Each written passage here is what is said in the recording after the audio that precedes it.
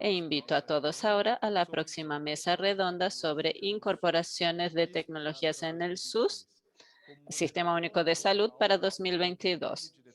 Doctor Álvaro Mulginelli, director de la Sociedad Científica de Patología Clínica de Brasil, futuro vicepresidente de la sociedad. Álvaro, muchas gracias por aceptar la invitación y tienes la palabra. Gracias, Carlos. Gracias a quienes participan por la internet. Es un honor estar en este evento. Esta va a ser una mesa muy interesante de aspectos fundamentales para nosotros de la patología clínica, sobre todo en el tema de incorporación de nuevas tecnologías que venimos trabajando con mucha efectividad. Para esta mesa estará compuesta por 5 panelistas.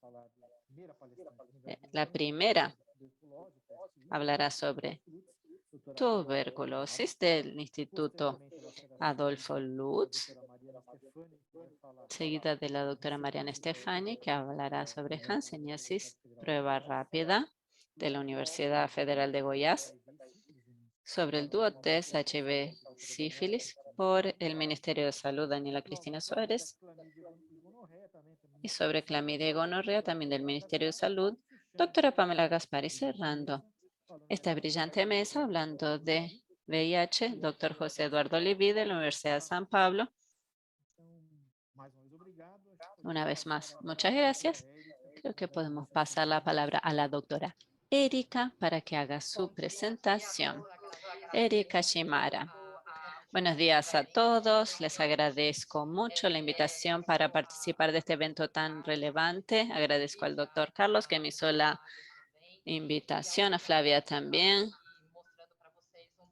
y la oportunidad de mostrar el trabajo que hacemos.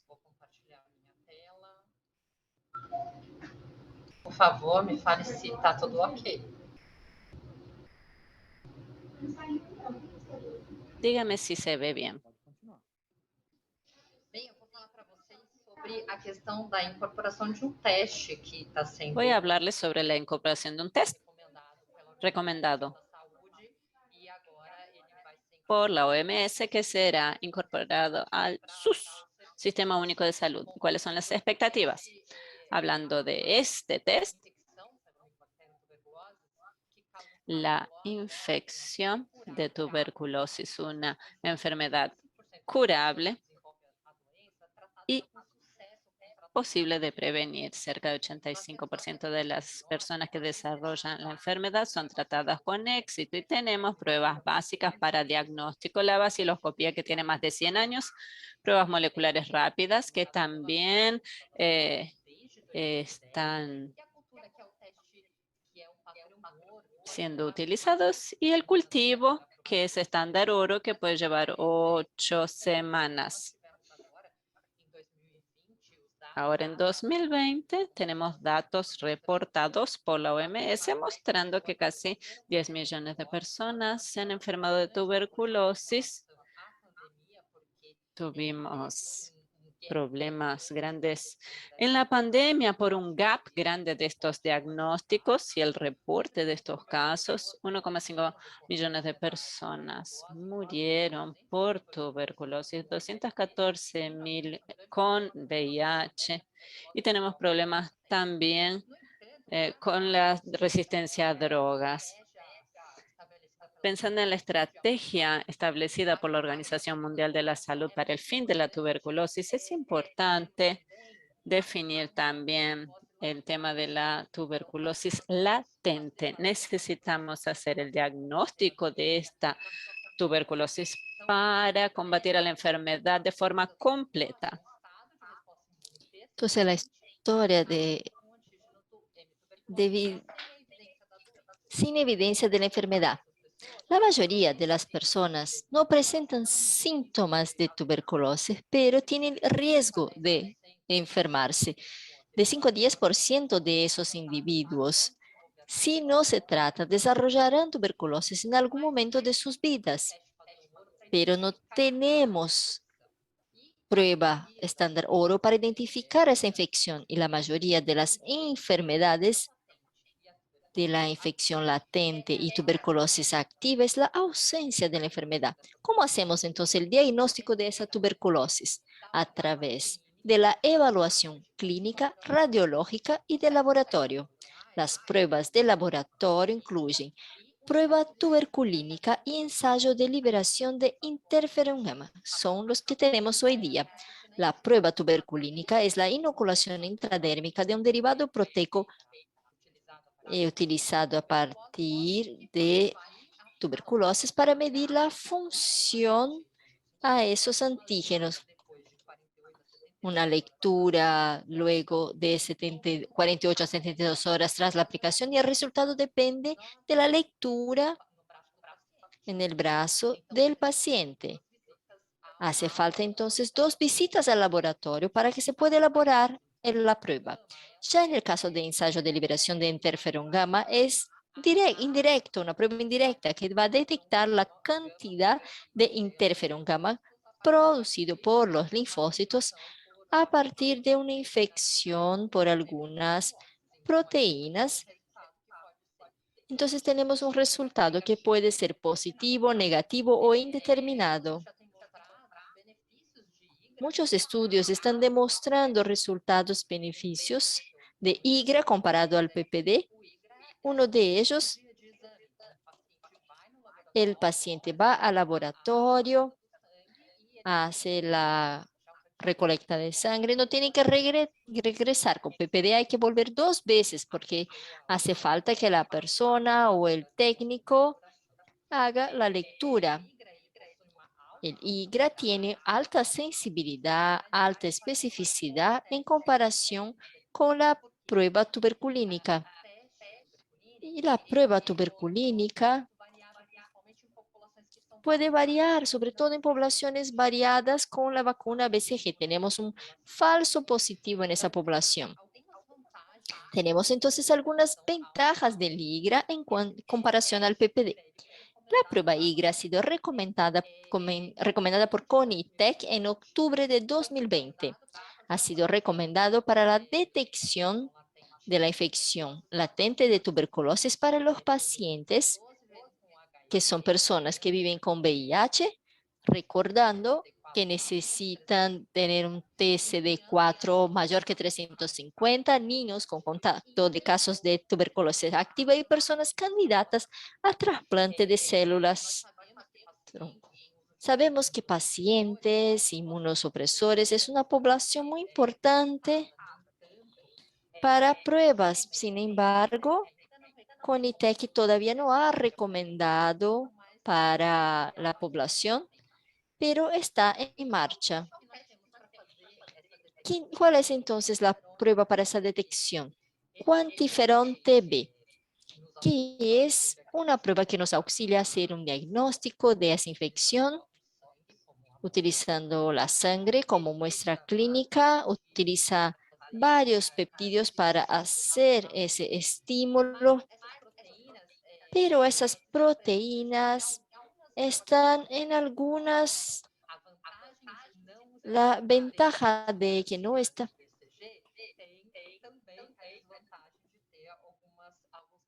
Tiene también las desventajas de tener algunos resultados positivos, porque pueden estar en cepas como las que se ven en pantalla. Los individuos infectados con tuberculosis tienen esos linfocitos en la sangre que van a reconocer esos antígenos bacterianos. Esta prueba necesita 4 tubos. Se hacen para control negativo, control positivo y aquí la evaluación de la liberación de interferón gamma en células CD4 y células de respuesta. Entonces, Quantiferon, tenemos aquí el tema de la diferenciación entre la prueba clínica y el intra. La detección de interferón gamma se hizo con el Quantiferon TB Plus por el ensayo de ELISA utilizado para identificar estos péptidos antígenos. Se implica la generación y secreción de interferón gamma y la detección y cuantificación serán la base de este test. El Sistema Único de Salud brasileño planteó la incorporación de ICRA en una ordenanza un mes después de la aprobación en CONITEC. Para esto, el Ministerio de Salud está trabajando para lograr implantar este test en la red de laboratorios y en agosto de este año solicitaron la presentación a todas las coordinaciones de la red de tuberculosis de una propuesta de una red de laboratorios. Entonces, una red del estado de San Pablo, de la cual yo soy la coordinadora, hizo un relevamiento de los laboratorios que hacen diagnóstico de TB y VIH que tengan estructura adecuada. ¿Cuáles son las necesidades entonces? Para ello necesitamos varios temas. ¿Cómo esta implantación se mostró muy importante para evaluar puntos claves y que pueda tener éxito? Se pensó un proyecto piloto en colaboración con Janssen y las coordinaciones de los programas de tuberculosis y VIH para poder hacer la implantación de este test. Verificamos que se necesitan capacidades mínimas de los laboratorios, asegurar que existe una trama logística para el transporte a los laboratorios que van a ejecutar el test. Necesito un tiempo adecuado. Necesito centralizar estos laboratorios para optimizar la utilización del test y necesito laboratorios que procesen, leen, liberen el resultado de forma tal que tengan técnicos capacitados y funcionar de forma tal que atienda todos los requisitos de calidad. Dentro de estos laboratorios necesito una serie de equipos e insumos para realizar este test. No es tan sencillo en lo que se refiere a la infraestructura. El proyecto piloto que estamos llevando a cabo en San Pablo tiene como objetivo evaluar los cuellos de botella en la implantación de un test en la rutina diagnóstica. Como vieron ya en el evento, es muy importante que el diagnóstico se haga con pruebas específicas, sensibles. Sin embargo, en el momento en que se pone ese test en una red de laboratorios, hay que evaluar a toda la población que vas a estudiar y cuál es la infraestructura existente para poder hacerlo, porque los aspectos preanalíticos o postanalíticos pueden influenciar directamente la calidad del examen. Para ello, evaluaremos las condiciones de laboratorio, de logística y de layout también de los resultados. Vamos a utilizar 10 laboratorios en el estado de San Pablo. Para evaluar, tenemos 4 en la ciudad de San Pablo capital y otros 6 en distintas ciudades del estado. En nuestro primer objetivo, para evaluar las condiciones de laboratorio, enviamos a todos los laboratorios sobre equipamientos e insumos técnicos y la estandarización. El segundo punto es la logística. Es muy importante saber este material tiene un tiempo máximo para ser procesado. Tengo que saber el tipo de tubo de recolección y el nivel laboratorial. La distancia es importante porque hay que controlar la temperatura del material y el tiempo que pasa entre el sitio de recolección y el laboratorio ejecutor puede afectar mucho la temperatura. La recolección, los tubos, la diferencia entre recolectar directamente en el tubo de realización del test o hacerlo en uno heparinizado y luego ponerlo al de realización de test puede dar diferencia en el test. Y tenemos también la diferencia de nivel de laboratorio. Tenemos laboratorios dentro de unidades de salud y el tiempo para la realización va a ser mucho menor que aquella unidad que dependa de un laboratorio que esté en otro municipio.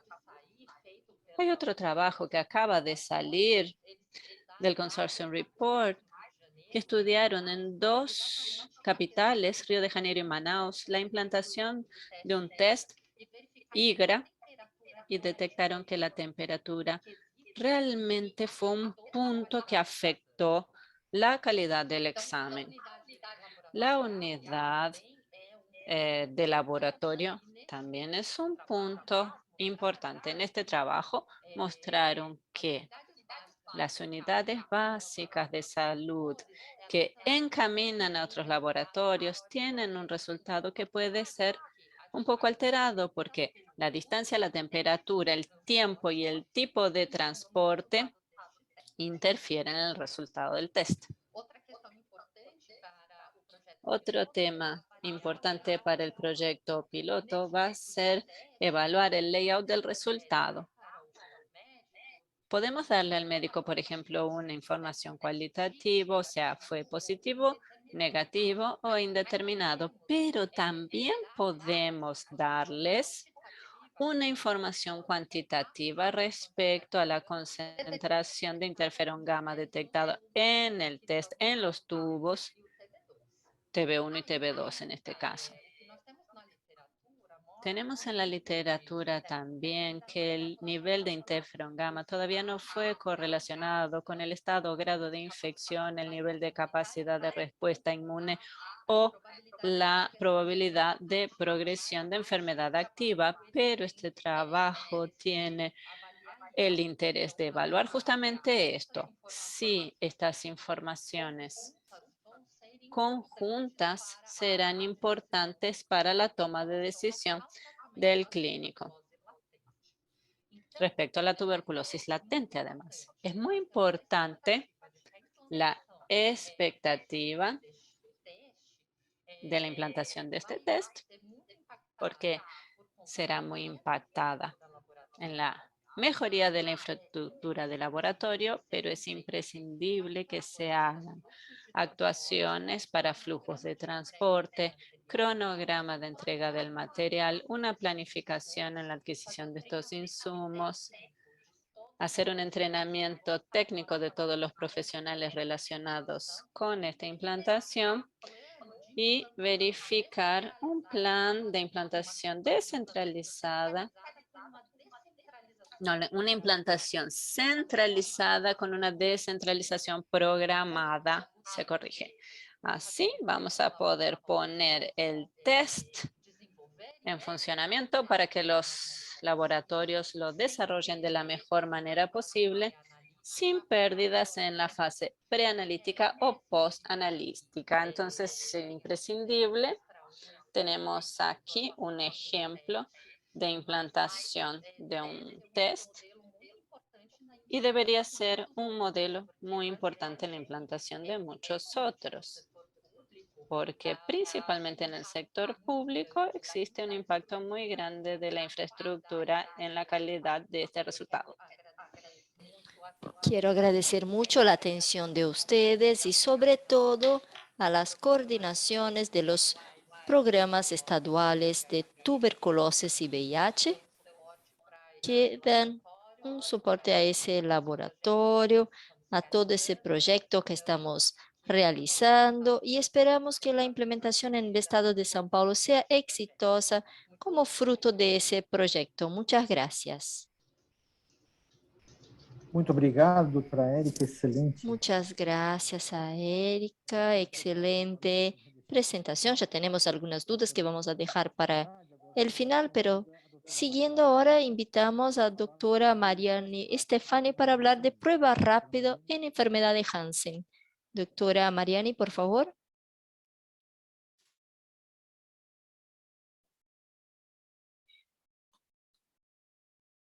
Aqui, vamos compartilhar a tela. Aquí estoy, voy a compartir pantalla. Na hora de compartilhar a tela, ela vai ou não. No sabemos nunca si va o no. Sí, esa es la frase que más se estamos usando. Si me estás escuchando, me estás viendo. Se vocês já estão vendo. Sí, no sé si ustedes ya pueden ver la presentación. Todavía no. Vamos ver de novo. Voy a intentarlo otra vez.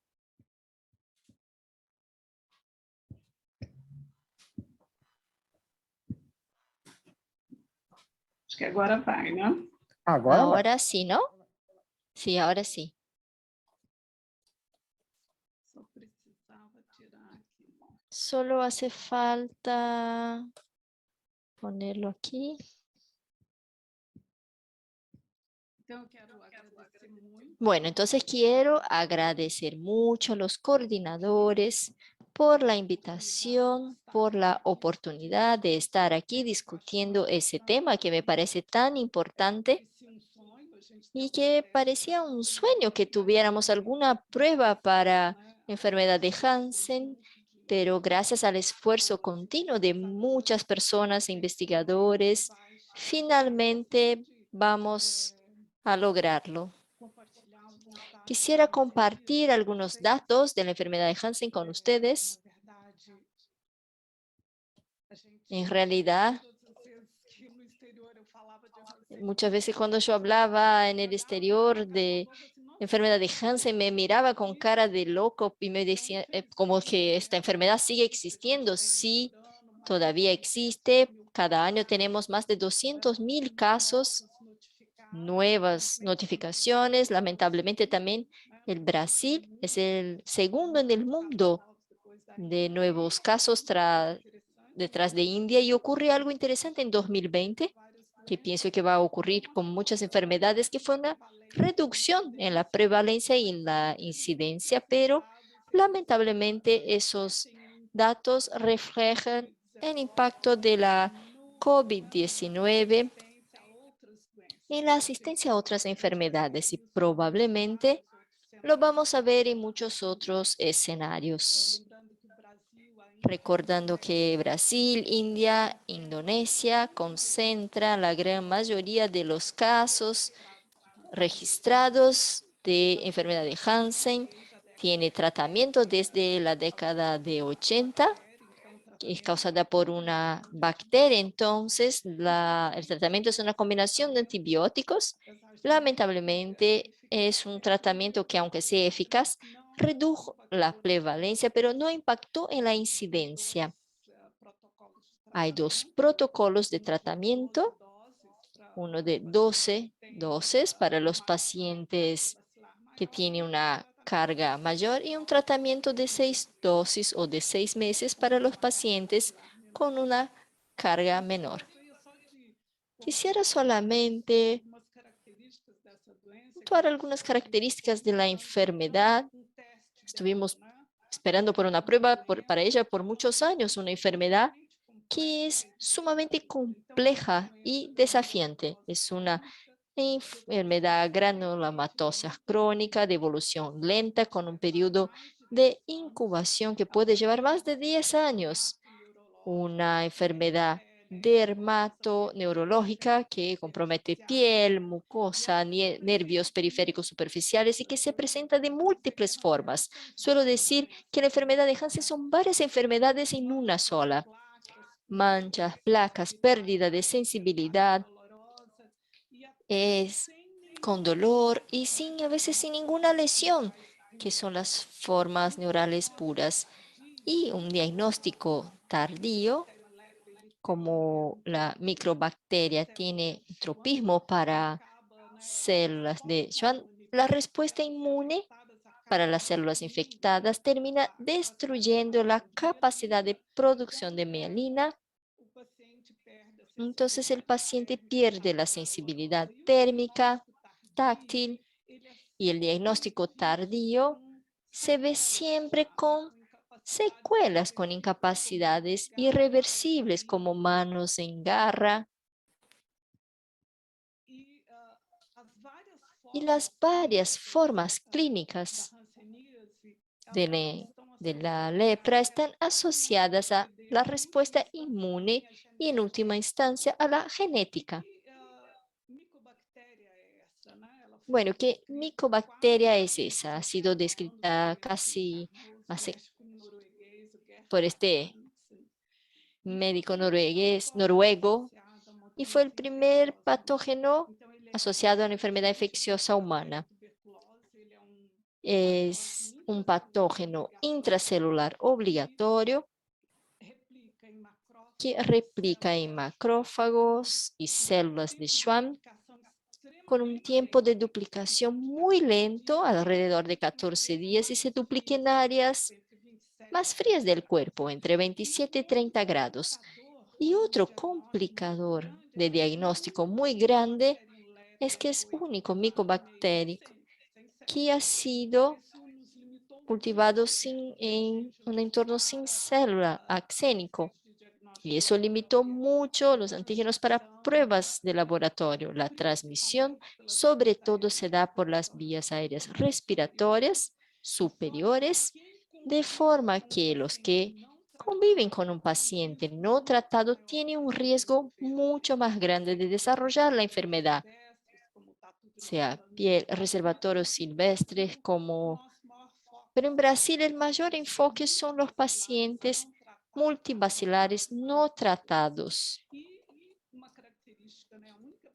Y es la única característica que la única bacteria que infecta células de Schwann, y la respuesta inmune contra el patógeno termina destruyendo esas células y por eso el paciente pierde su sensibilidad. Es una enfermedad asociada con un estigma muy fuerte, además de deformidades e incapacidades físicas irreversibles debido al daño neural progresivo. Debido a la infección de las células de Schwann, ocurre reabsorción ósea. Los pacientes con diagnóstico tardío pueden presentar diferentes grados de incapacidad física. Y el diagnóstico hasta hoy de la lepra se basa en síntomas clínicos y el médico tiene que tener una experiencia muy fuerte para poder hacer un diagnóstico diferencial con otras dermatosis que se puede confundir con la lepra. Entonces, además de la presencia de lesiones de piel como placas, pérdida de sensibilidad térmica, táctil y de dolor, puede ocurrir espesamiento de troncos nerviosos y también con la forma neural pura puede que no haya ninguna lesión de piel. Hay análisis laboratoriales que no forman parte de la rutina laboratorial del Sistema Único de Salud, que tiene como baciloscopia que tiene una especificidad muy grande y la sensibilidad va a depender mucho de cómo se realiza la prueba y hace falta observar granulomas y es un análisis invasivo también y que requiere recolección de material y por un profesional sumamente calificado. Como dije, la lepra son varias enfermedades bajo un único paraguas. Puede que el paciente presente una única lesión como esta o puede que tenga todo el rostro lleno de lesiones con múltiples bacilos. Y bueno, afortunadamente admitimos que el 95% de la población es resistente al M. leprae. Incluso tras la exposición hay cura espontánea. Cuando la persona desarrolla la enfermedad, puede desarrollar uno de los varios tipos. Aquí está una clasificación para investigación. Entonces, uno de los polos tenemos pacientes con respuesta inmunicelular muy elevada, sin anticuerpos y pocos bacilos. Y en el otro espectro del polo tenemos a pacientes con una respuesta con células reguladoras TH2 que producen muchos anticuerpos. Entonces, la serología se aplica a pacientes que no tienen inmunidad humoral, pero no tienen inmunidad celular, sino humoral. Entonces, cuando hablamos de sorología, estamos hablando de pacientes con una gran cantidad de bacilos y que producen anticuerpos. Y me pareció interesante la presentación anterior que estuvimos muchos años trabajando con pruebas para detectar inmunidad celular, como las que se utilizan para tuberculosis. Hemos probado varios antígenos, proteínas recombinantes, y teníamos un sueño, incluso el Ministerio de Salud también nos encomendó este sueño, que era una prueba rápida que detectara algún biomarcador de inmunidad celular para pacientes de ese espectro y anticuerpos simultáneamente. Lo que ocurre es que eso no ha sido posible, pues todos los biomarcadores de inmunidad celular identificados en los pacientes con pocos bacilos, los contactantes de pacientes no tratados también tenían esos biomarcadores. Entonces, diferentes antígenos, diferentes biomarcadores, no lográbamos distinguir un paciente falso bacilar de un paciente no tratado. Aquí los pacientes pauvacilares son tratados con diferentes dosis y los multivacilares con 12 dosis en 12 meses. Y un gran avance para el diagnóstico ocurrió solo en 2000, tras la descripción del grupo de Cole. Tuvimos la decodificación y en esa era postgenómica con varios nuevos antígenos han sido identificados. Nuestro grupo trabajó en alianza con Stephen Reed en Estados Unidos, probando varias proteínas recombinantes, algunos antígenos que han sido más promisorios, pero logramos con el buen y viejo PGL1. Ese antígeno ha sido descrito desde hace más de 40 años. Es un glicolípido fenólico específico de la pared de M-Leprai. Y lo interesante es que la parte de antígeno es la parte glicídica, son los azúcares terminales que caracterizan este antígeno. Y como se trata de un azúcar, los anticuerpos producidos son predominantemente IgM, hay un poco de IgG y IgA, pero las pruebas serológicas están basadas en la detección de anticuerpos IgM.PGL1. Entonces, la IgM contra ese antígeno es un biomarcador más evaluado y mejor estandarizado en la serología para detectar la gran mayoría de los pacientes multivacilares y los pauvacilares tienen serología negativa o débil. Para ellos todavía no tenemos biomarcadores de inmunidad celular. Varios estudios evaluaron la aplicación de esa serología para clasificar pacientes pauci y multivacilares porque tienen tratamientos distintos, identificando los contactantes con riesgo elevado de enfermedad, monitorear el tratamiento y auxiliar el diagnóstico diferencial entre la enfermedad de Hansen y otras dermatosis que se puede confundir. El PGL1 nativo, como es un fenoglicolipídio sumamente complejo para que sea purificado y como no tenemos cómo cultivar, son varias formas sintéticas o semisintéticas que han sido utilizadas y vienen siendo utilizadas para el diagnóstico. Son esas las formas sintéticas. Y la doctora Samira Bührer, que está con nosotros desde hace más de 10 años, ella vivió por décadas en Holanda y hizo su doctorado con PGL1 con un DeepSeek, pero como la lectura del DeepSeek tardaba 2 horas, ella posteriormente desarrolló una prueba rápida de un flujo lateral para detección de enfermedad de Hansen en multivacilares, recordando que esos anticuerpos reflejan la carga vacilar, entonces son marcadores indirectos de la infección multivacilar. Y también esos pacientes multivacilares son los más importantes en la cadena de transmisión. En la UFG, desde que la doctora Samira está allá, tenemos una plataforma de producción de pruebas rápidas y estamos siendo capaces de producirlos en todo el mundo para varios grupos de investigación en una cantidad razonable, pero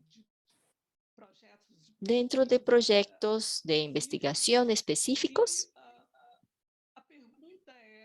La pregunta es, en el Sistema Único de Salud, ¿cuál sería la aplicación de serología para enfermedad de Hansen? Como ya he dicho, los contactantes de pacientes no tratados son el grupo de mayor riesgo de enfermarse. Entonces, en la búsqueda de nuevos casos, tener una prueba que ofrecer incentiva a que vayan a las unidades de salud y puede auxiliar el diagnóstico de la enfermedad multivacilar, reducir el atraso en el diagnóstico y el riesgo de incapacidades, las deformidades asociadas al diagnóstico tardío que son irreversibles. Y la serología sirve para seleccionar contactos con un alto riesgo de enfermedad, sobre todo con la forma multivacilar, bien como posibles candidatos a la quimioprofilaxia tras exposición. Tener cómo ofrecer una prueba para enfermedad de Hansen puede empoderar al profesional de salud. Él tiene que ofrecer para los que buscan el servicio.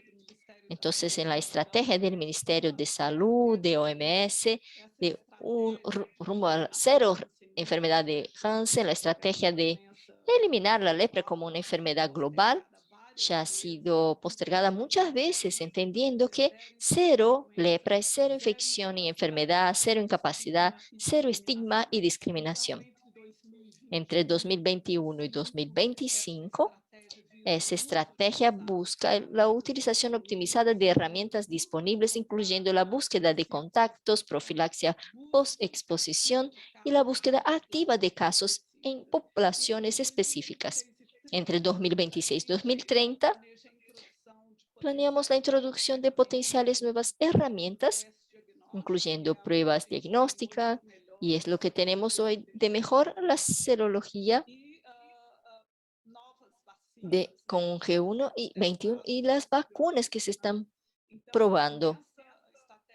Entonces, en esa estrategia rumbo a cero, lepra, una estrategia global hasta el año de 2030, la idea es ampliar la prevención de lepra integrada con la detección activa de casos, la búsqueda de contactos de todos los casos nuevos, la ampliación de la quimioprofilaxia, la detección integrada activa en poblaciones blanco, poblaciones objetivo, y la utilización de nuevas vacunas que pueden surgir, controlar la lepra y sus complicaciones y prevenir nuevas incapacidades, con la detección precoz de casos, diagnóstico preciso y tratamiento inmediato, recordando que el retraso en la detección es evidenciado por la alta proporción de pacientes diagnosticados con algún tipo de incapacidad física. Dentro, então, dessa proposta do Ministério da Dentro de esa propuesta del Ministerio de Salud, de la Coordinación General de Vigilancia de las Enfermedades en Eliminación, hemos tenido un proyecto financiado para el desarrollo y aplicación de pruebas de laboratorio rápidas, de fácil ejecución y que se puedan incorporar al Sistema Único de Salud. La Universidad Federal de Goiás, más específicamente doctora Samira, firmó un contrato con este laboratorio en el estado de Minas Gerais, BioClean, Ya estamos realizando la transferencia de tecnología para la producción de la prueba rápida para detección de anticuerpos. Y en agosto, BioClean obtuvo registro de la prueba ML Flow en Anvisa. Ese proceso ahora está en la Comitec para las debidas aprobaciones y agradezco a todos por la atención y estoy a la orden para contestar las preguntas que puedan surgir. Muchas gracias. Nós é quem agradecemos. Somos nosotros que agradecemos por la presentación, doctora, y dando seguimiento. Muito obrigado, doutora Mariane. Agora, Muchas gracias, doctora Mariane. Y ahora, doctora Daniela, para hablar del dúo test de VIH y sífilis. doutora Daniela, por favor. Del Ministerio de la Salud, doctora Daniela, por favor. Bom dia a todos.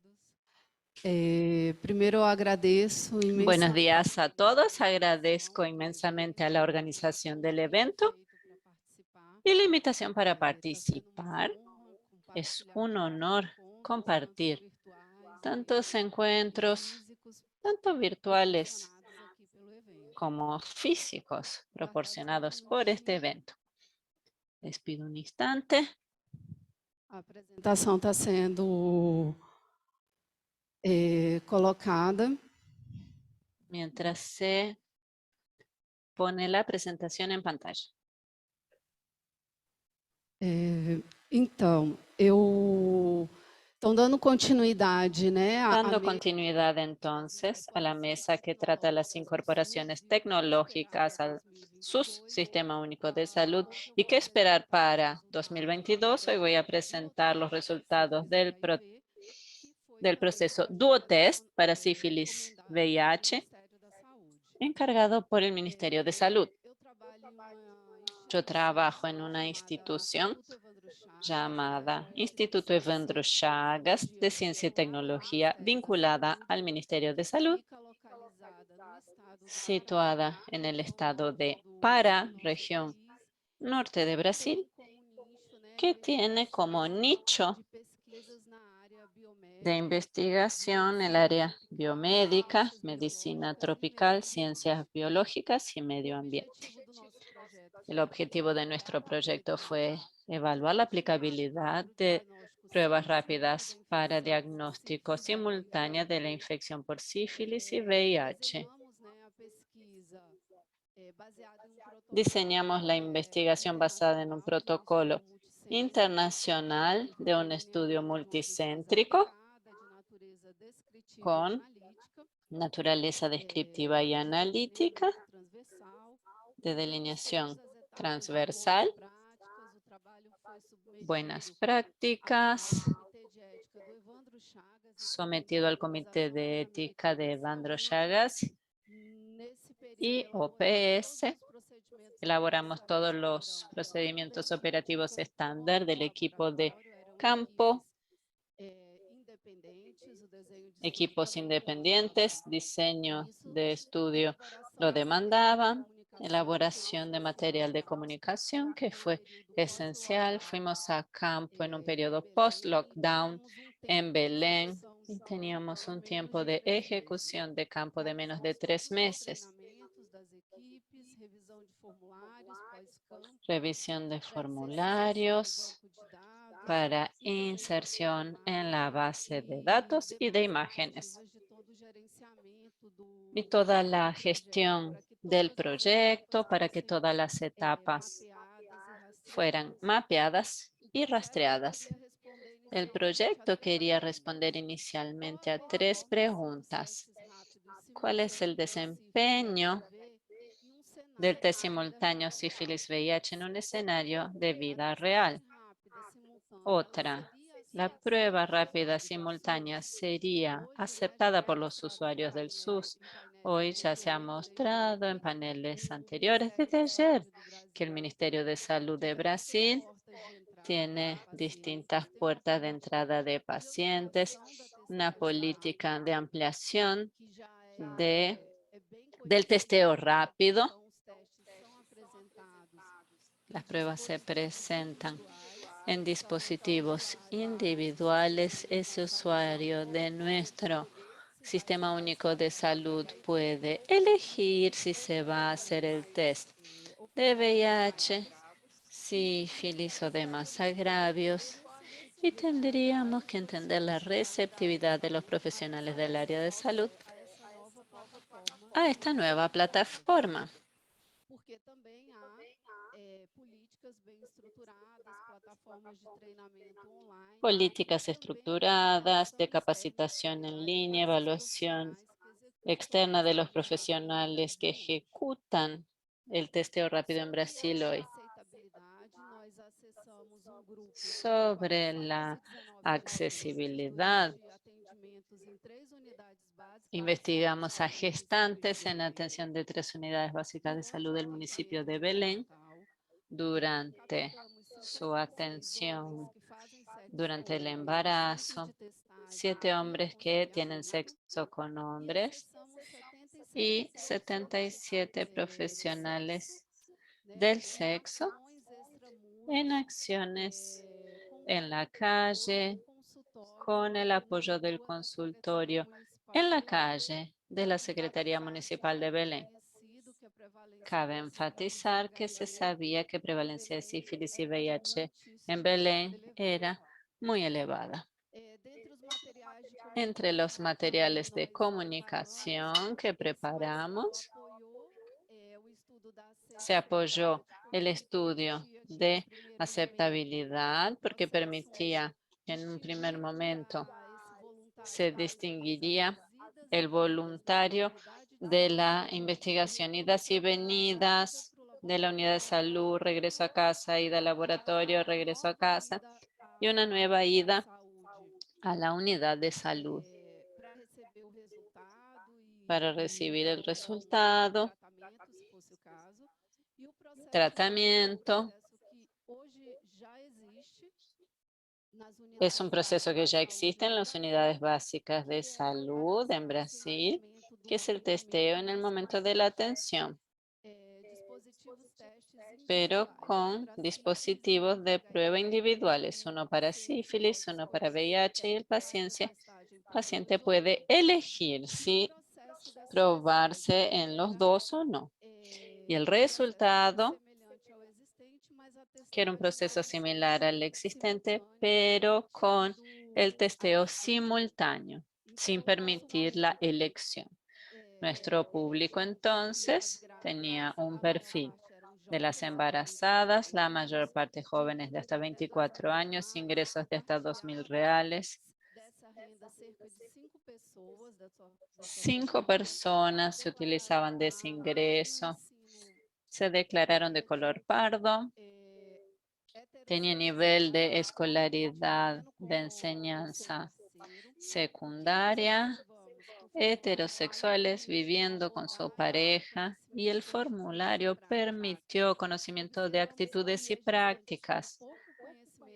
Ellas tenían poco conocimiento sobre transmisión y prevención de sífilis y VIH, sobre todo la posibilidad de transmisión vertical de esas enfermedades, y poquísimo conocimiento sobre estrategias de prevención ya disponibles por el Ministerio de Salud, que es la PrEP y el autotest. En el grupo de hombres que tienen sexo con hombres, la proporción era equivalente entre jóvenes hasta 24 años y adultos hasta 49 años.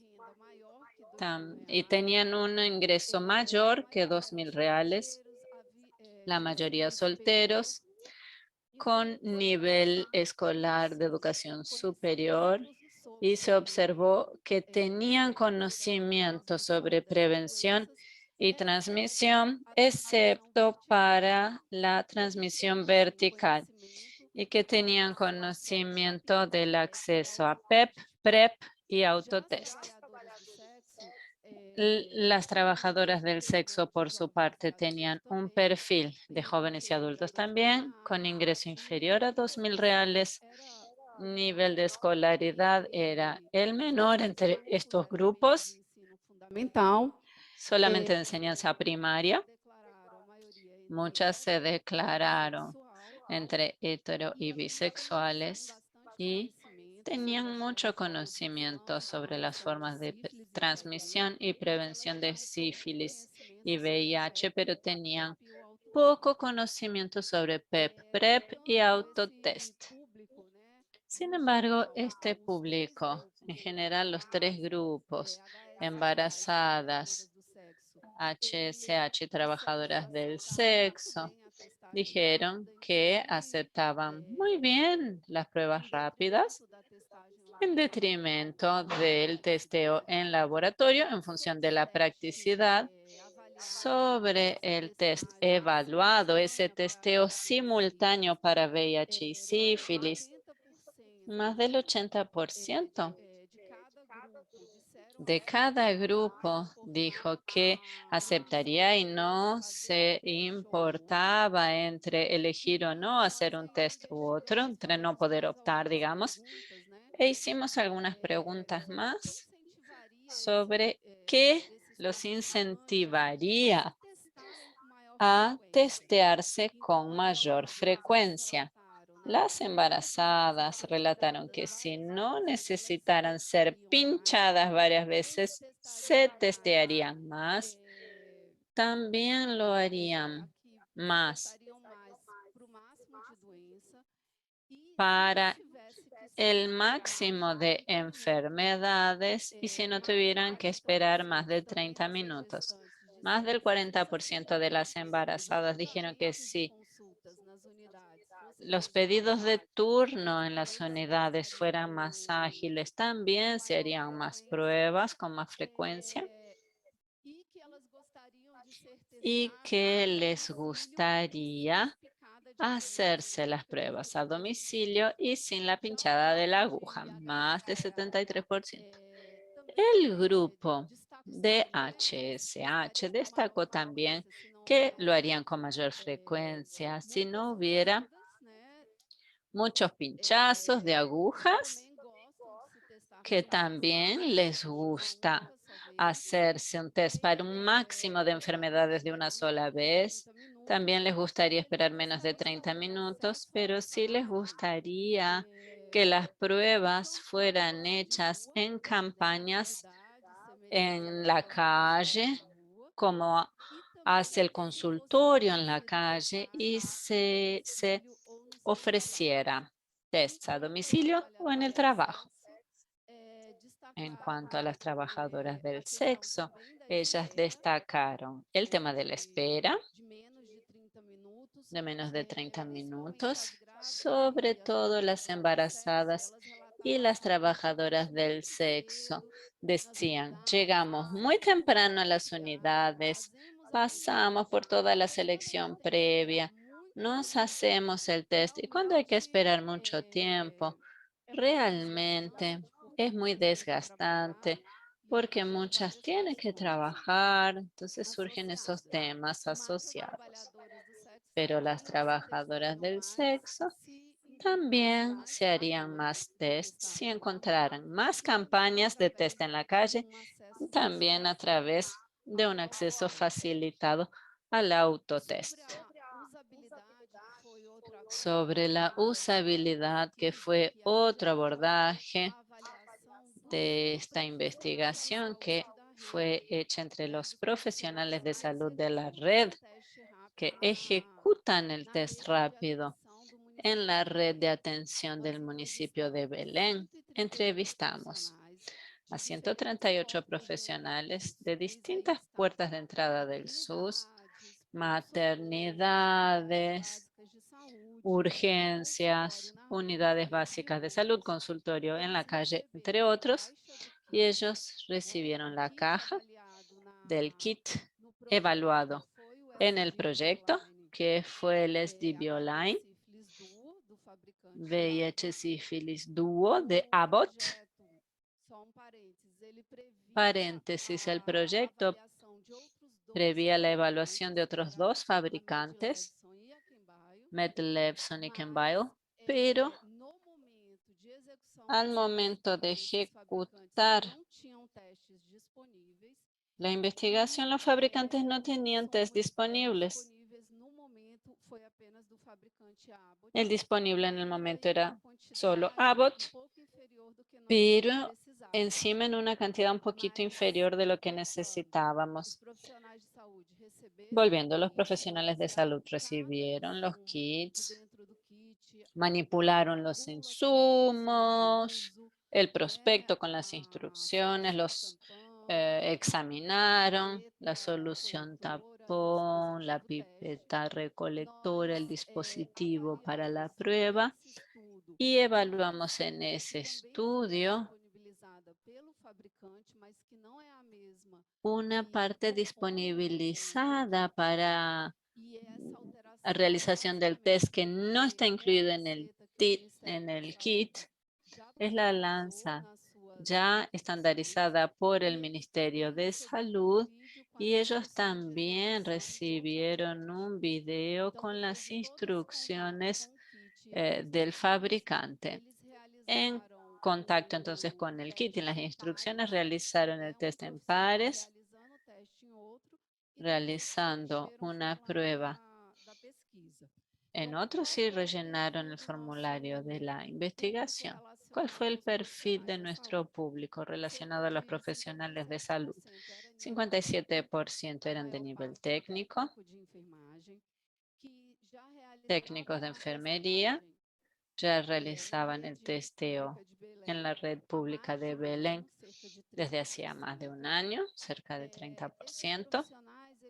Estos profesionales declararon que fueron capacitados en el propio servicio de salud por compañeros más experimentados, y la mayoría absoluta, cerca del 90%, no tenía conocimiento de la plataforma de capacitación en línea llamada Telelab, que es una plataforma que el Ministerio de Salud ofrece para capacitación de sobre todos los insumos introducidos a la red, distribuidos por el ministerio. Ellos tampoco conocían otra estrategia del Ministerio de Salud, que era la evaluación externa de la calidad, un programa en el cual los profesionales de salud reciben un panel de proficiencia y pueden autoevaluarse. ¿Puedo seguir?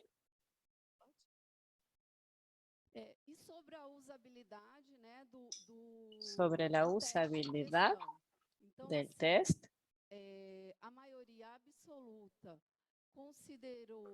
la mayoría absoluta consideró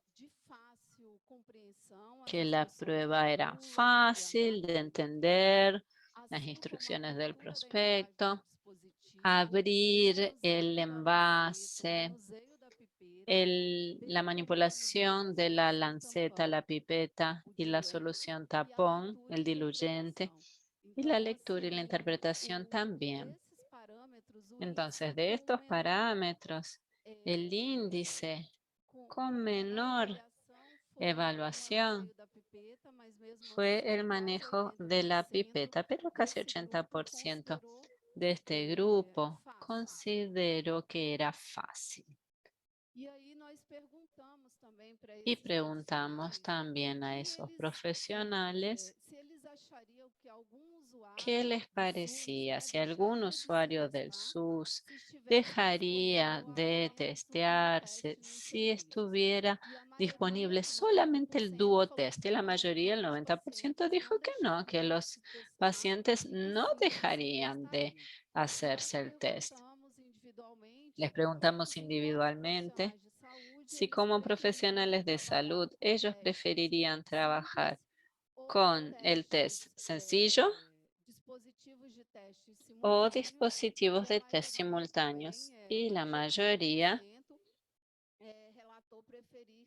relató que prefería trabajar con diagnósticos simultáneos,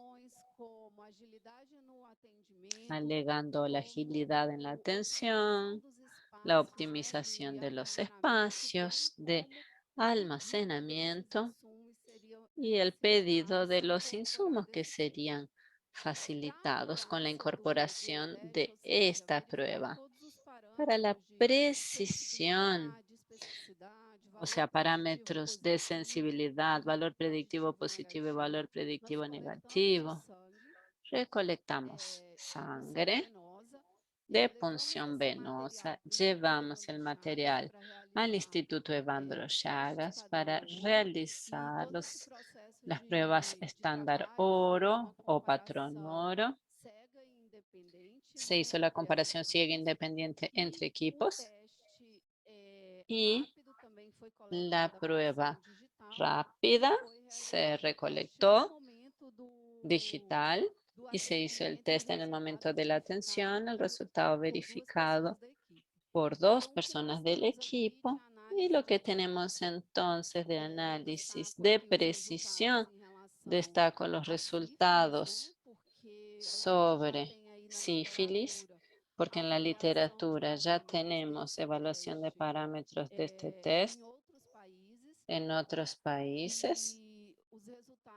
Y los resultados que tenemos disponibles en los repositorios y en la literatura son resultados muy concordantes para VIH y menos para sífilis. Y lo que observamos como parámetro, los datos que la OMS precalificó el insumo, para destacar también que evaluamos un test en escenario de vida real, precualificado ya por la Organización Mundial de la Salud para sífilis, con una sensibilidad de 87% y especificidad de 99,5%.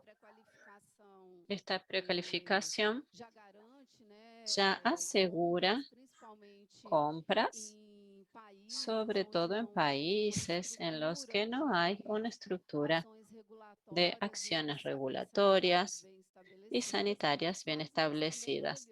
Pero también miramos hacia todas las normas que el Ministerio de Salud de Brasil instituye a través de sus manuales técnicos.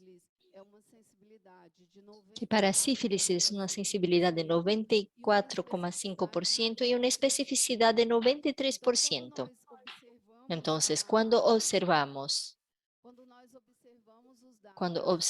los datos de Duotest para sífilis en comparación a la prueba estándar oro, FTA-BS, que también es una prueba triponémica, observamos que la sensibilidad fue de 93,95%, mucho mayor que la sensibilidad observada en la evaluación de OMS, pero es un poquito menor que la evaluación recomendada por las pruebas individuales del Ministerio de Salud. Eso en los 3 grupos. La precisión, evaluación global de la prueba fue muy elevada, fue más del 99% para sífilis, pero los índices evaluados para VIH fueron completamente concordantes, fueron del 100%. Y cuando realizamos los análisis de concordancia de índice kappa, fue posible ver una relación de concordancia casi perfecta o perfecta en los 3 grupos, mostrando que en términos de precisión, la prueba se mostró con desempeño satisfactorio y concluimos ese estudio, esa investigación de aceptabilidad y usabilidad y precisión, concluyendo que fue muy elevada la aceptabilidad por los participantes, bien como muy elevada la usabilidad por los profesionales de salud. Y desde la perspectiva del usuario y del profesional de salud, la prueba sería muy bien aceptada. Tenemos una precisión satisfactoria que permitiría también su incorporación y aplicación en cuanto a estrategia de política de salud pública. Sin embargo, todo ese trabajo tiene que ser muy bien alineado porque se observó una carencia de conocimiento sobre las estrategias de prevención Entonces, a la medida que más pruebas están disponibles, tenemos también que movilizar a las personas, a esa población, para que tenga acceso a los servicios de salud, y lo harán a la medida que comprenda mejor los riesgos de las enfermedades, bien cómo se tiene que invertir y pensar en nuevas estrategias de difusión de la plataforma Telelab y un programa de evaluación externa de la calidad para que podamos mantener todos esos servicios. Y contestando a la pregunta sobre las incorporaciones tecnológicas en el Sistema Único de Salud, ¿qué esperar para el año de 2022 relacionado con la incorporación de la prueba dúo para VIH y sífilis? Hemos realizado un evento el 17 de septiembre donde debatimos mucho con todos los aliados en la ciudad de Belén por videoconferencia, también con el área técnica del Ministerio de Salud. Entonces ya se adelantó un poquito, creo que ayer y hoy Alison también habló que el Ministerio de Salud incorporará plataformas de diagnóstico simultáneas para VIH y sífilis. Inicialmente será una compra de alrededor de 4 millones de pruebas y su aplicación inicial en el Sistema Único de Salud se dará durante las consultas de prenatal. Siempre empezamos un proyecto intentando contestar a una o más preguntas, pero hacemos el proyecto, contestamos a las preguntas y nos quedamos con otras preguntas más. Entonces, una de las cosas sobre las que hemos reflexionado mucho de la actividad de campo, observación de cada miembro de nuestro equipo, es que cuando vemos el ciclo de vida de una tecnología en salud, desde las investigaciones básicas, prototipado, incorporación, cuando llegamos al ápice, que sería la utilización de esa tecnología, vamos a necesitar invertir en nuevos trabajos para que todo ese esfuerzo anterior de investigación sea utilizado.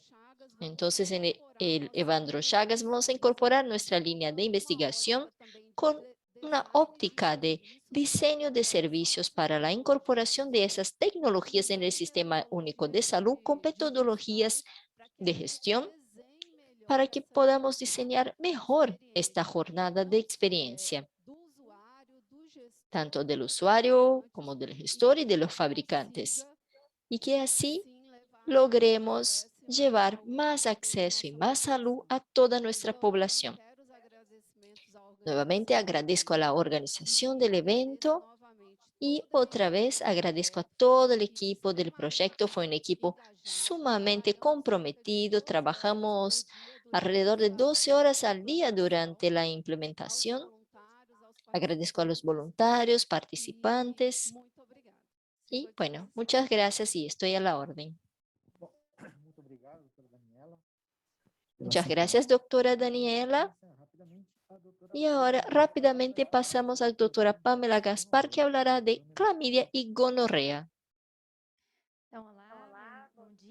Hola, buenos días, buenas tardes a todos. En primer lugar, quisiera agradecer a la organización del evento por la invitación, decir que es un gusto dividir la mesa con los demás profesionales de esta ronda y decir que está siendo muy provechoso seguir este evento, acompañarlo con excelentes discusiones.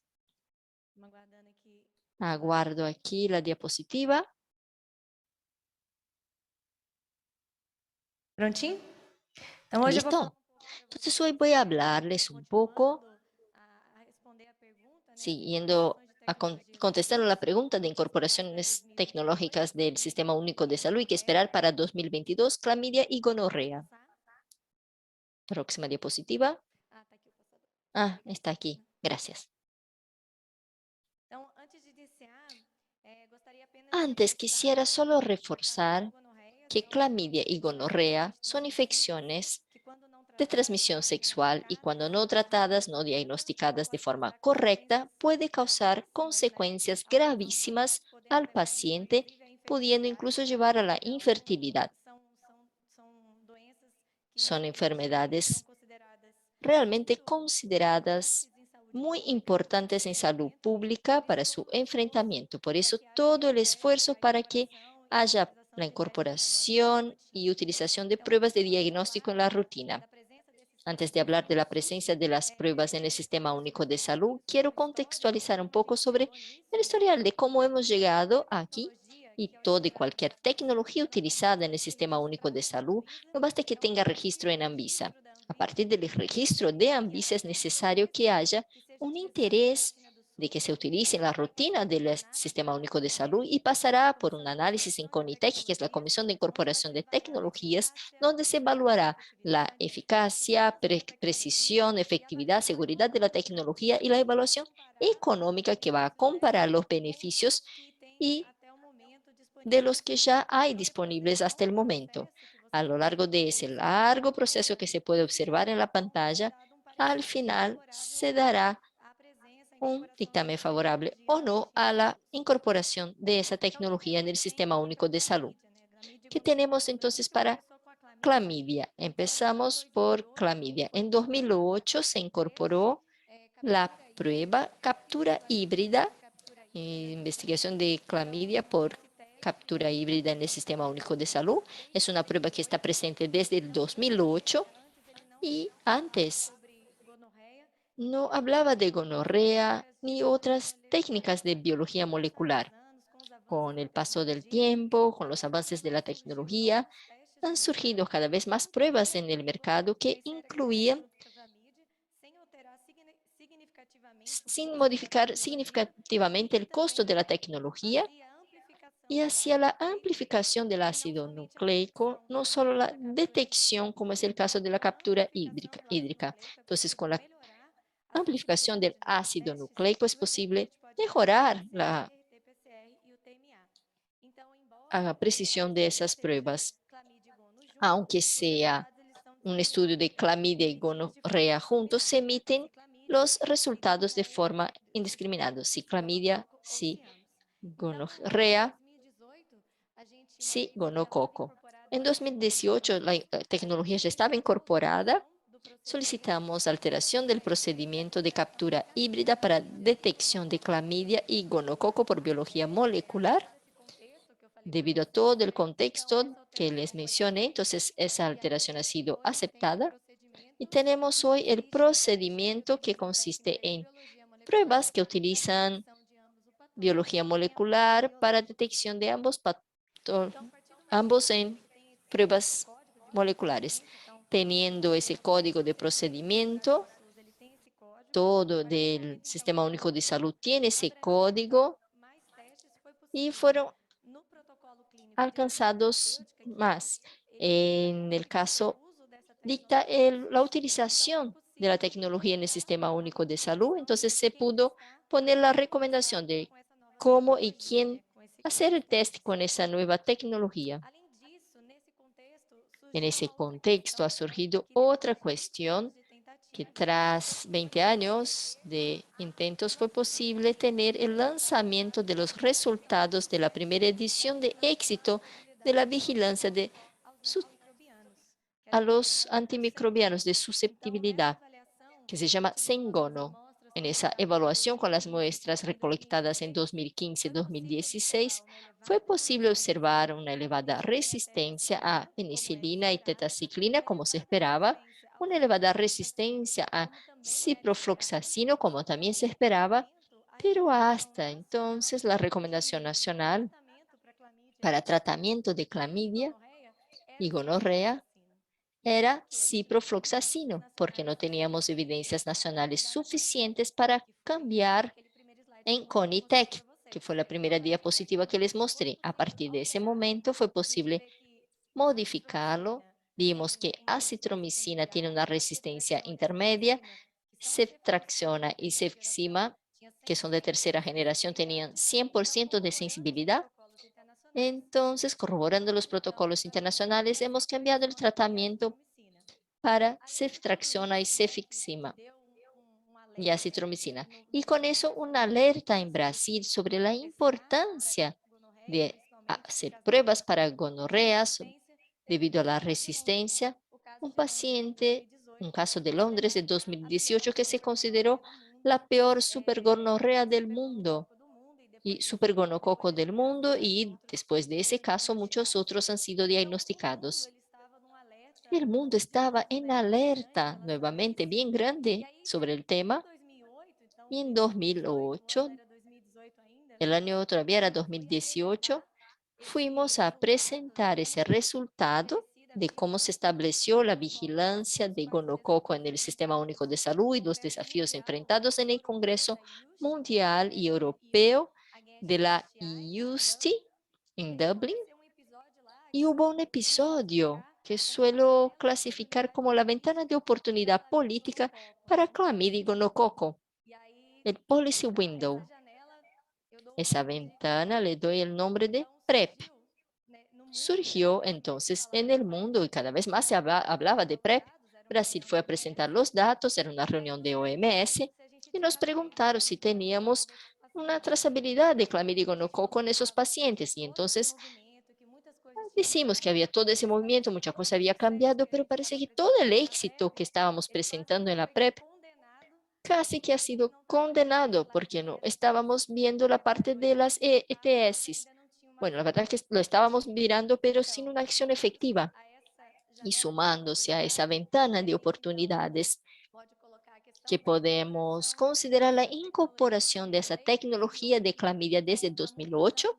Entonces, hace muchos años que mucha gente viene luchando para tener esa tecnología en el Sistema Único de Salud. La alteración del procedimiento de SIGTAP para biología molecular de ambos patógenos,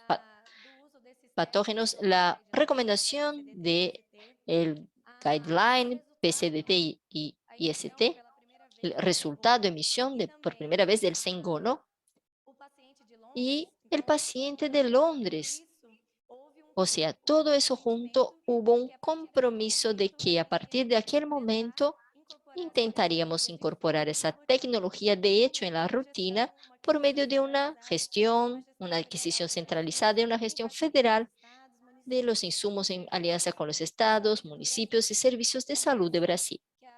De esa forma, optamos por hacer la implantación piloto de las pruebas de biología molecular para detección de clamidia y gonococo en el Sistema Único de Salud. Tienen como finalidad la trazabilidad de las personas asintomáticas, bien como el diagnóstico de las personas sintomáticas.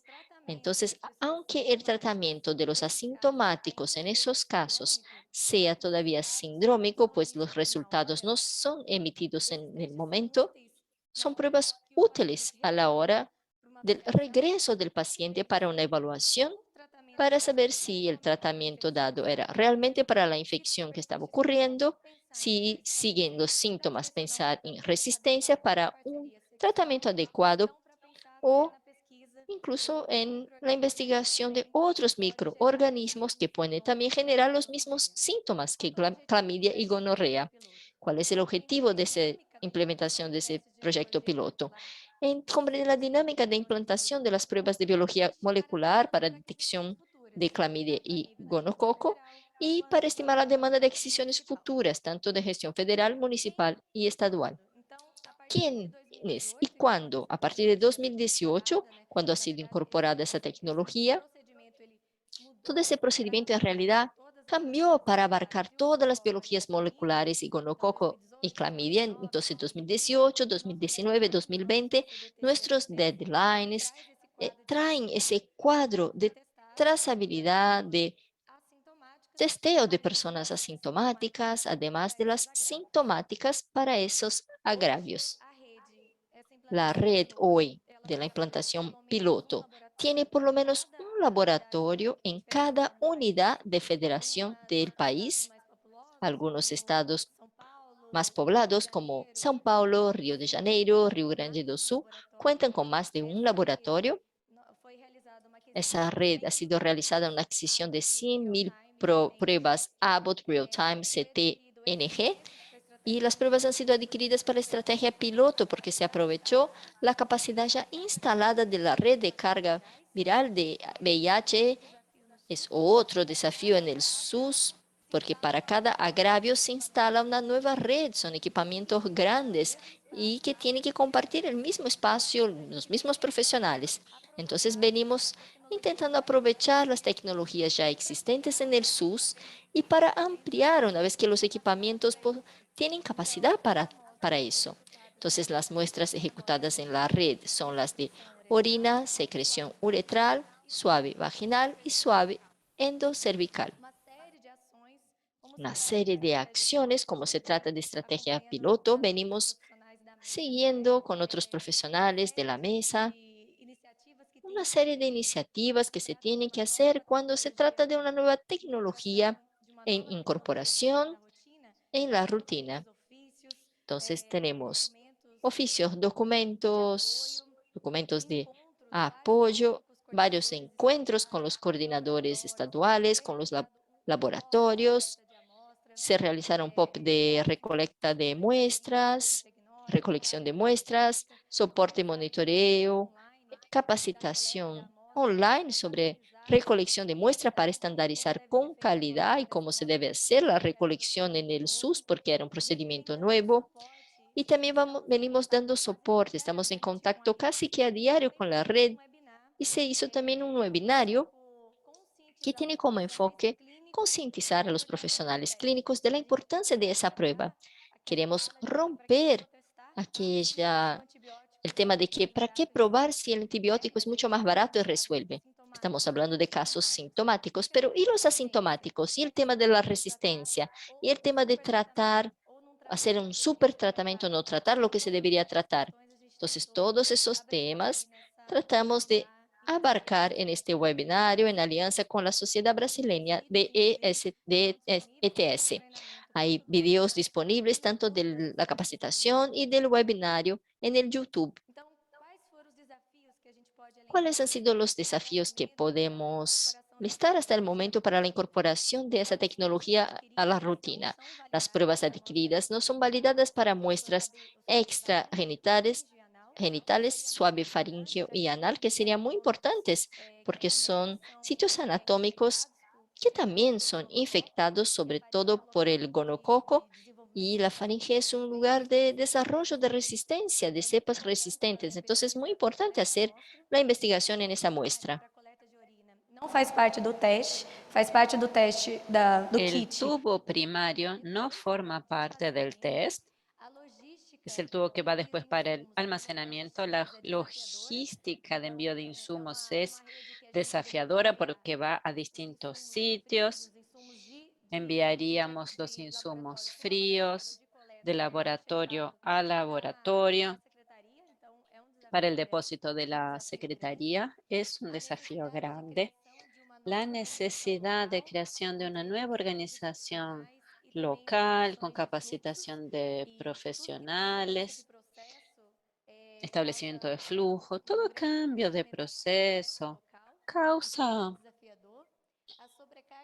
retos, ¿no? A nivel local, la sobrecarga del personal de laboratorio con una obligación más añadida a su rutina, el sistema de solicitación de análisis, resultados, y la necesidad de concientización de los gestores profesionales de salud y población sobre la importancia de hacerse test de clamidia y gonorrea.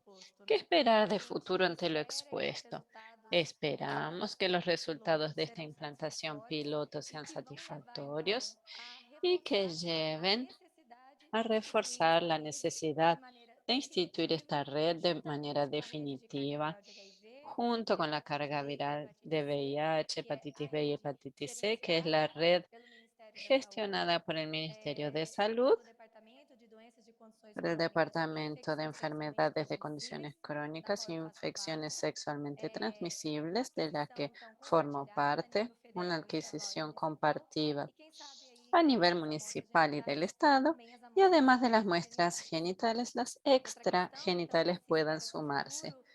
Otro tema para el futuro que esperamos y tenemos estrategias en marcha que son la etiología uretral masculina dentro de la resistencia de gonococo a los antimicrobianos. Otro frente es una recolección de multipatógenos para comprender cuál es la etiología del flujo uretral masculino y la detección de microplasma genital para hacer evaluación de la resistencia, porque al igual que el gonococo, este es otro desafío de patógeno que desarrolla resistencias antimicrobianas. Otra acción en marcha es la incorporación de la red piloto para detección de clamidia, gonorrea, tricomonas vaginales y microplasma. Con esta red queremos establecer la prevalencia de estos patógenos en servicios de prenatal del SUS, que según protocolo de la OMS es para la población general, y así podremos luchar en CONITEC por la incorporación de la tecnología de demás agravios no incorporados al SUS.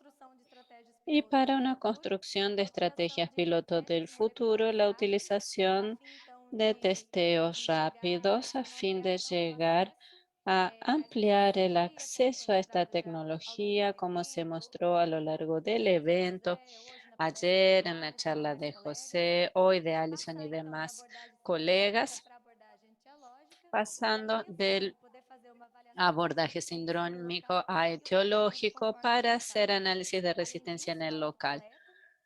La autorrecolección, que ya fue bastante mencionada aquí, y la telemedicina, que con el advento de la pandemia de COVID se muestra cada vez más necesaria en salud pública. Eso era lo que quería traerles. Muchas gracias y sigo a disposición si hay preguntas. Perfeito, muito obrigado, doutora Pamela.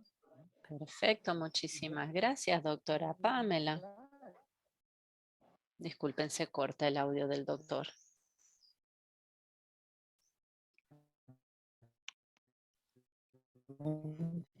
Convidar o doutor José Eduardo Levi para falar sobre o HPV. A palavra está com você. Invitamos ahora para hablar sobre HPV al doctor José. Doctor Álvaro, perdonen, no se había escuchado bien. ¿Todos me escuchan? Ahora sí, le escuchamos. Boa tarde a todos, muito obrigado, doutor Álvaro, pelo convite. Carlos, Muchas gracias a todos por la invitación. Es un gusto estar aquí para hablar sobre el VPH. Conseguem ver minha tela, né? Pueden ver mi pantalla, ¿verdad? Sim. Tá bem. Eu me chamo José Eduardo Levi, eu sou biólogo. Soy José Eduardo Levi, soy biólogo, trabajo en el Instituto de Medicina Tropical de la Universidad de San Pablo. Desde hace 30 años coordino las investigaciones y voy a hablar sobre incorporación de los test de VPH en el Sistema Único de Salud. Estos son mis conflictos de interés.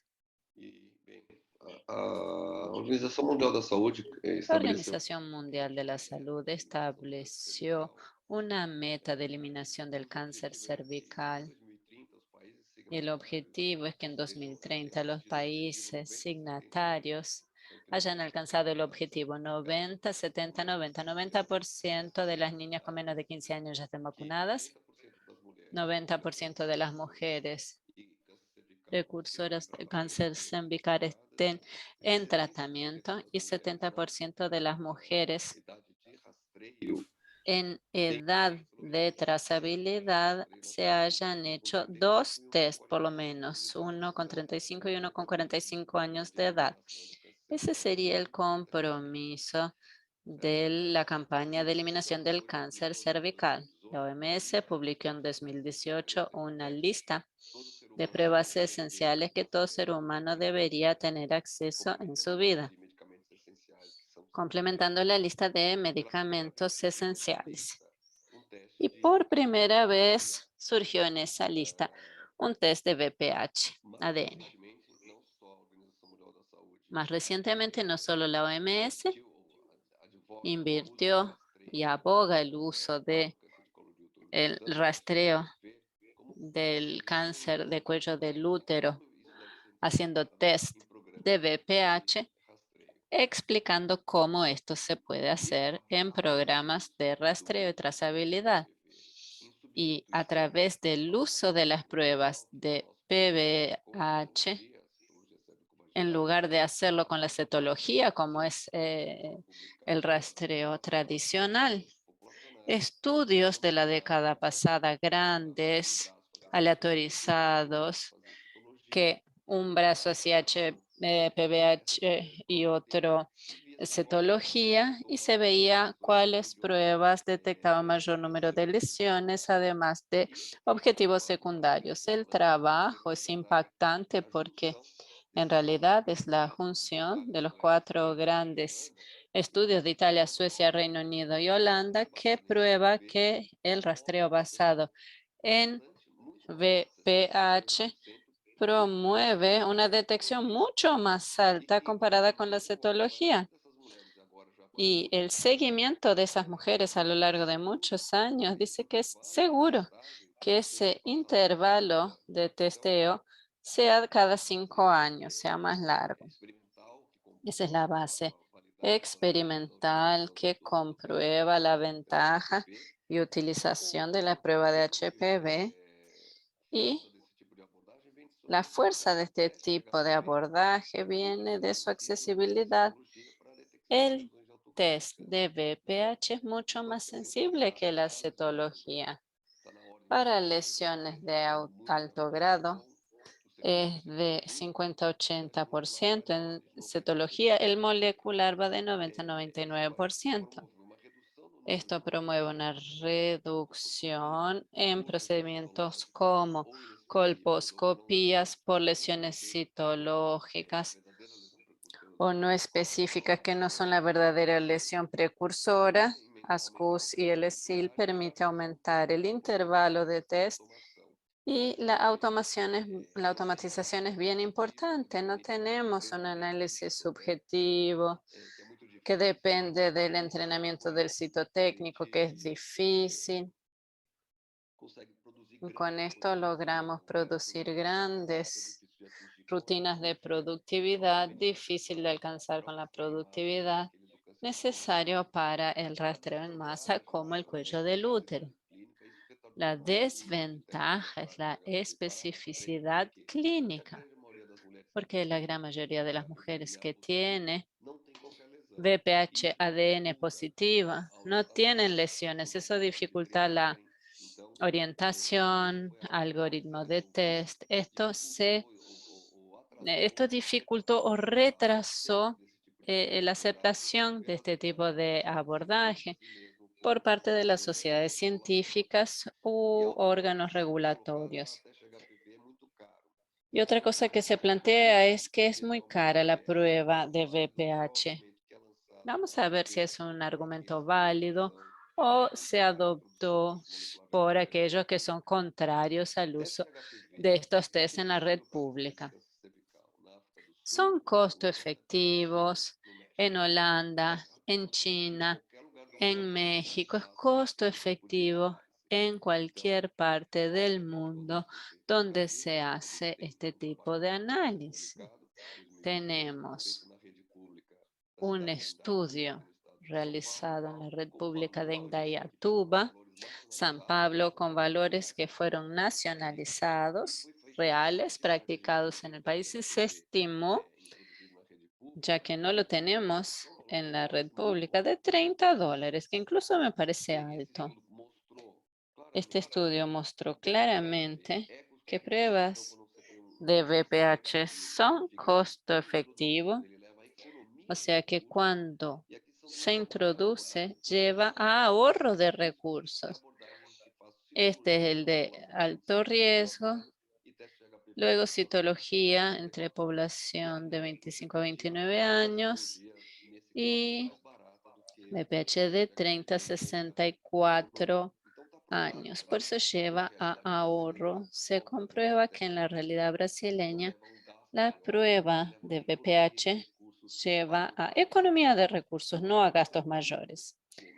No es por otro motivo que no solo la sensibilidad, el tema humano de vidas que se salvan, el tema económico porque son mujeres de vida económicamente activo, el promedio es de 50 años de edad, mujeres con hijos, nietos que siguen trabajando y se ven privadas de eso por una enfermedad prevenible, tratable. Es el único cáncer humano que tiene una única causa conocida posible de detección precoz, temprana. Por ese motivo, muchos países del mundo ya se han lanzado a la sustitución del rastreo basado en citología. En azul vemos los países que ya tienen programas nacionales basados en PVH. Turquía es un ejemplo, Holanda obviamente, Reino Unido también, y algunas áreas de España, Portugal, Estados Unidos. Se hacen más test, áreas de América Central, Argentina también, y otros países con estudios piloto iniciados hace tiempo, Paraguay, Perú, Ecuador, que no está marcado aquí, Colombia, El Salvador, todos países de alta incidencia de cáncer de cuello de útero, o bien ya hacen ese rastreo con test de BPH o tienen proyectos piloto en marcha.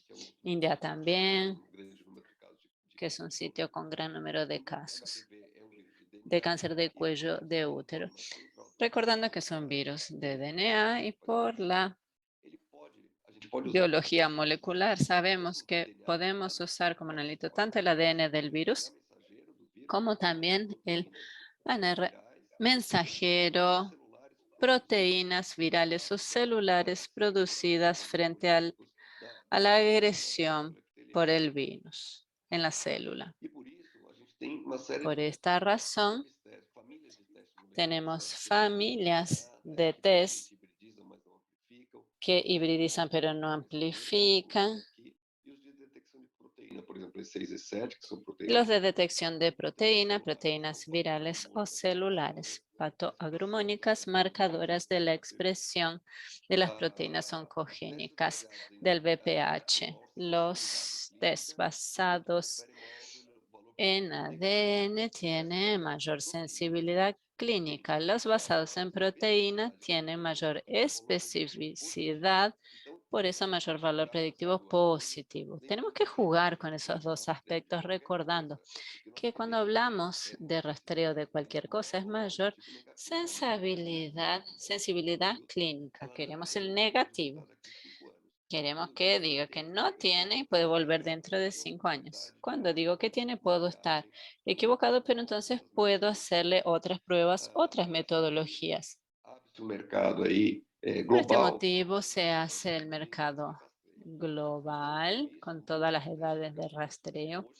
Muchos test de VPH han surgido en el mercado. Son 254 en total.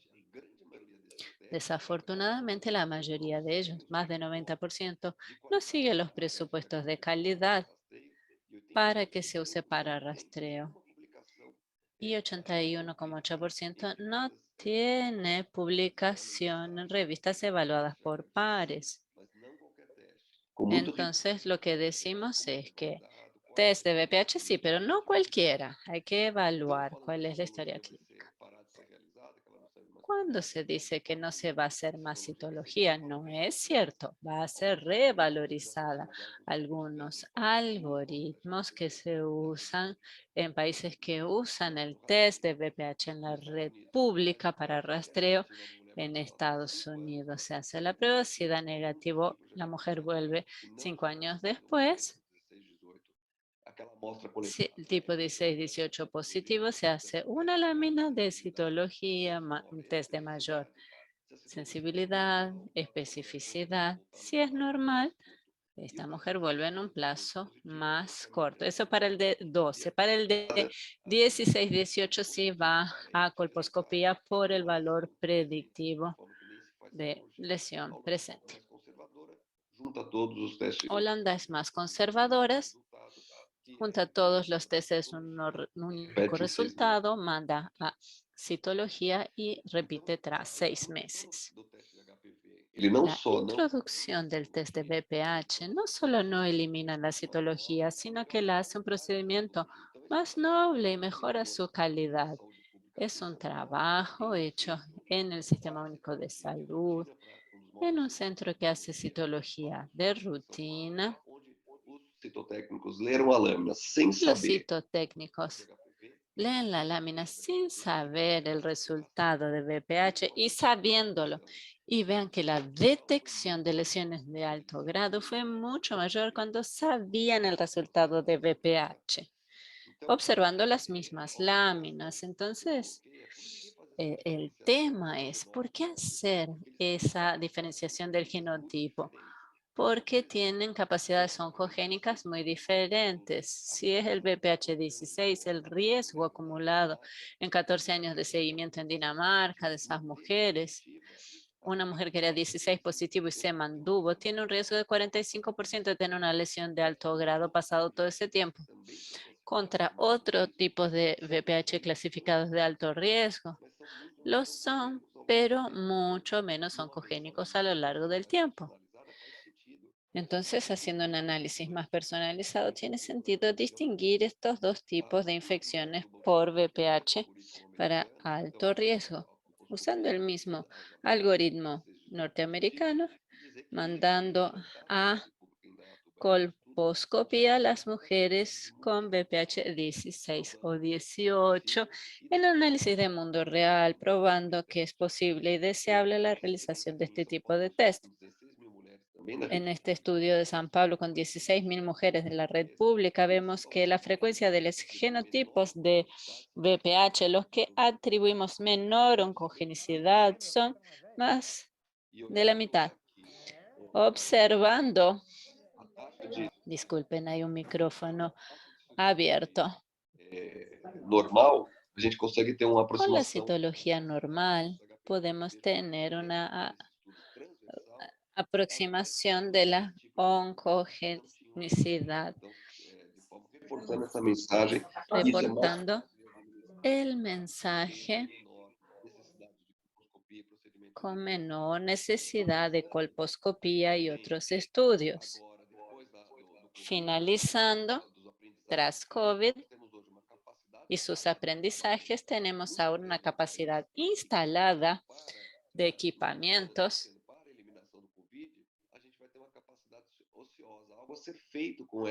Tenemos capacidad ociosa, algo tiene que hacerse con las máquinas que se dejan de usar, los sitios, y lo mejor o la mayor demanda existente en la red pública brasileña para la utilización de uso biomolecular es el rastreo del cáncer de cuello de útero. Es la demanda de alta necesidad que yo logro ver en la red pública. Además, podemos introducir mejoras como la realización de pruebas sin necesidad de extracción,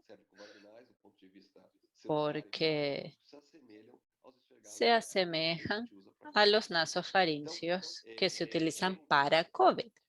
En conclusión, el rastreo basado en VPH es deseable, costo efectivo, mejora la calidad de vida de las mujeres, anticipa, permite un tratamiento más efectivo, cura y es económico para la red pública. Por lo tanto, el hecho de que no sea implantado en el SUS, clamidia y gonorrea entraron y VPH no. Por supuesto, tienen que entrar todos, pero no hay diferencia clínica entre unos y otros que justifique que VPH se rechace. No es por ciencia, no es por economía que se rechaza. Tendríamos que buscar dónde están las resistencias a esa modificación tan necesaria en nuestro país, que sigue siendo un país de alta incidencia de cuello de útero, que es una vergüenza para nuestro país. Gracias. Bom, muito obrigado, doutor José Eduardo. Muchas gracias, doctor José Eduardo, por la intervención. A gente está com um tempo um pouco exíguo, né? Estamos con poco tiempo, entonces creo que todas las preguntas enviadas a nuestros panelistas estarán disponibles en la página de CBDL y serán contestadas por allí. Quiero agradecer también la presencia de todos los panelistas y ver que cada una de las ponencias tuviera una complementariedad en cuanto a las demás. Cuando empezamos a hablar de un punto muy importante, del tiempo de envío de la muestra, del punto de recolección hasta el punto de referencia, es una duda muy importante que tenemos hasta hoy. Y en la evaluación de prueba para enfermedad de Hansen es muy interesante el hecho de que fue una prueba desarrollada en el país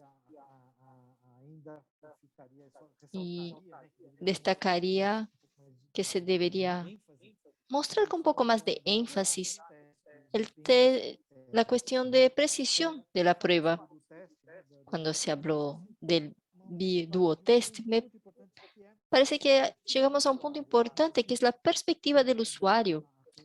Siempre tenemos la parte técnica y la accesibilidad, la aceptación del paciente, del equipo de salud que trabaja con ese tipo de pruebas.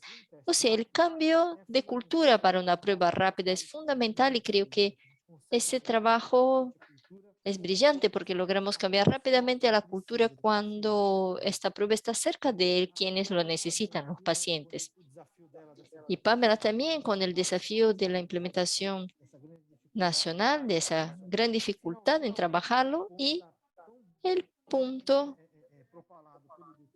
destacado por el doctor José Eduardo sobre la prevención, que es otra dimensión de esas pruebas incorporadas en la red pública. Entonces veo una complementariedad entre todas las ponencias y es un honor poder participar y asistir al evento. Bueno, las preguntas entonces estarán, debido al tiempo, no lograremos contestarlas en este momento y estarán en la página de la CBDL. Agradezco especialmente al doctor Carlos Gouveia por la invitación para que coordináramos esta mesa. Y estamos a la orden y pienso que el evento sigue, ¿no? Entonces, gracias y una buena tarde. Buenas tardes a todos. Muchas gracias, doctor Álvaro. Gracias a Pamela, Mariana y Daniela. José Eduardo, estaba hablando con doctor Álvaro en paralelo y es un evento de alto nivel con muchas informaciones fundamentales para nuevas acciones.